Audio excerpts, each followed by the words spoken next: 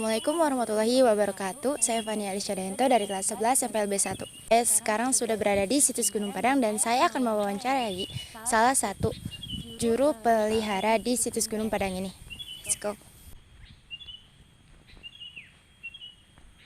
Assalamualaikum Bapak.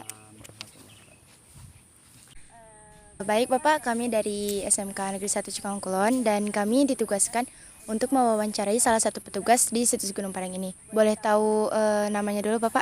Namanya Bapak siapa? Nama saya Jainuddin, saya karyawan atau pegawai Balai Pelestarian Cagar Budaya Serang yang ditugaskan di situs Gunung Padang ini. Oh, iya baik Bapak. Sebelumnya boleh bertanya nggak ini Bapak udah berapa lama bertugas di sini? Kalau secara administrasi terdaftar saya sebagai petugas atau pegawai di situs ini sejak resmi diangkat sebagai PNS sejak 2014. Adapun secara kinerja saya sejak honor kurang lebih hampir 20 tahun sampai saat ini. Oh, udah lama ya Pak ya? Boleh diceritain nggak ini asal usulnya gimana, kenapa dinamain situs Gunung Padang juga dan awalnya dibikinnya pada waktu kapan gitu? Oke. Pertama kita membahas atau menceritakan tentang silsilah atau asal-usul tentang Gunung Padang ini, baik secara folklor maupun secara hasil penelitian para ahli, arkeolog dan sebagainya. Pertama, kenapa situs ini dinamakan situs Gunung Padang? Pertama, Padang itu diambil dari bahasa Sanskerta atau Sunda kuno, yang mana Padang itu artinya Pada Hyang, artinya tempat yang tinggi, tempat untuk mendekatkan diri kepada Sang Pencipta. Dengan kata lain, fungsi awal gunung didirikan atau dibangunnya Gunung Padang ini sebagai tempat peribadatan di masa lalu. Atau nenek moyang kita dulu itu beribadahnya di tempat seperti ini. Gitu.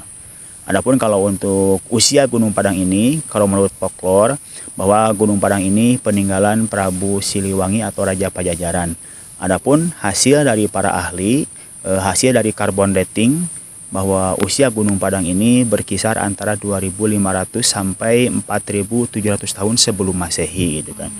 Jadi bisa ditarik benang merah bahwa Prabu Siliwangi pun bukan yang mendirikan Gunung Padang ini, tetapi salah satu yang pernah menggunakan Gunung Padang sebagai tempat untuk peribadatan seperti itu. Biasanya kalau yang kesini mau apa aja gitu kalau orang-orang gini?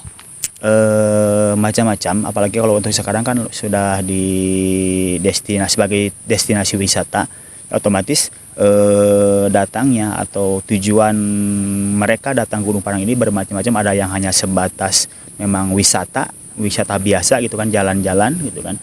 Ada juga yang memang punya tujuan khusus. Adapun kalau untuk yang mempunyai tujuan khusus itu kebanyakan yang mengambil di waktu-waktu malam hari gitu kan. Dikatakan tujuan khusus itu karena mereka datang ke sini untuk berdoa atau tawasul atau berziarah ke tempat ini gitu kan. Dengan kata lain sama seperti yang berwisata, mereka tujuannya napak tilas tapi dengan perjalanan yang berbeda seperti itu. Ini ada berapa puncak ya Pak? Soalnya tadi dari jauh juga kayaknya tinggi banget gitu. Kalau untuk Gunung Padang ini sendiri, keluar dari teknis atau kata lain keluar dari konteks siapa dan kapan Gunung Padang ini didirikan. Gunung Padang ini sudah mempunyai identitas atau ciri gitu kan. Nah, diantaranya ciri-ciri yang berkaitan erat dengan Gunung Padang ini, yaitu Gunung Padang ini selalu berkaitan erat dengan angka 5. Pertama tadi Gunung Padang ada berapa teras. Nah, Gunung Padang sendiri kebetulan gitu kan, memang ternyata Gunung Padang ini terdiri dari 5 teras atau 5 undakan gitu kan. Itu ya salah satu 5 yang berkaitan dengan Gunung Padang itu. Yang kedua, kalau kita cermati bongkahan batu atau balok-balok batu yang ada di Gunung Padang ini rata-rata atau didominasi 80% oleh segi 5 atau yang bersudut 5 gitu kan. Yang ketiga, Gunung Padang ini dihimpit oleh 5 gunung. Di sebelah utara di depan Gunung Padang ini, di depan ada Gunung Batu, belah timur laut ada Pasir Malang, tenggaranya ada Gunung Malati, selatan ada Gunung Empet, dan baratnya ada Gunung Karuhun. 5 gunung yang mengelilingi Gunung Padang. Selanjutnya orientasi atau menghadap lurus Gunung Padang ini menuju ke arah Gunung Gede Pangrango. Nah itu pun 5 gunung yang dihadapi. Pertama Gunung Batu, yang kedua Gunung Kenang yang ada terowongan lampegannya. Yang ketiga yang kedua Gunung Pasir Pogor, yang ketiga Gunung Kenang, keempat Gunung Gede, kelima Gunung Pangrangonya. Nah adapun tujuan atau arti atau makna dari 5 itu tujuannya kemana, ya kita belum bisa menjelaskan secara detail gitu kan, karena di 2500 atau di 4700 tahun sebelum Masehi angka 5 itu tujuannya apa kita nggak tahu gitu kan.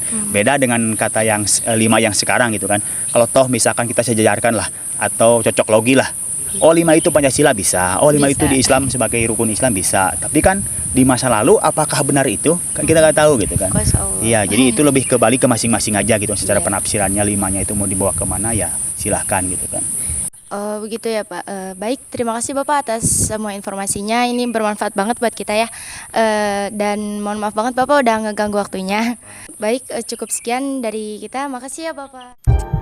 Baik, itu dia tadi sejarah dari situs Gunung Padang ini.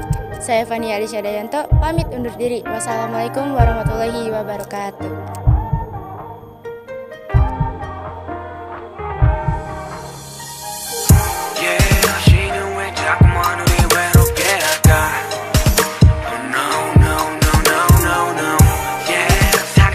성을 지라다 웃을